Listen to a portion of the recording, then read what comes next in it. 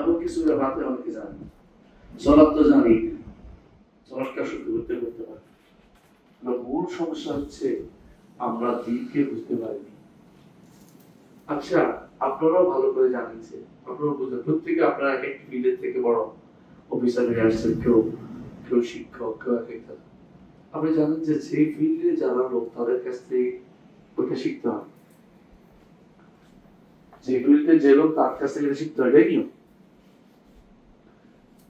নাফের জায়গাটা হচ্ছে নবীদের কাজ, নবীরা যাদেরকে রেখে গেছে তাদের হাতে কাজ। এটা হলো আল-উলামা ওয়ারাসাতুল আম্বিয়া, আলেমরা যারা ওয়ারাসাতুল আম্বিয়া, নবীদের ওয়ারিস, তাদের কাছ থেকে শিখতে হবে। আপনি যদি নিজে নিজে শিখতে চান অথবা নিজে গবেষণা করে বের করেন, তাহলে কিন্তু এমন নামে পাবেন। এর মধ্যে আবার আরেক শ্রেণী আছে, এমন নামের বিপদে পড়লে দোয়া করা যায়।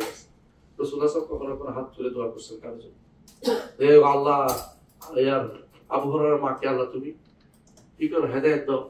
আবু হুরায়রা হাত তুলছে, এর নাম হচ্ছে 3 নম্বর ওসিলা, যেটাকে বলা হয় নেককার ব্যক্তির দোয়ার ওসিলা।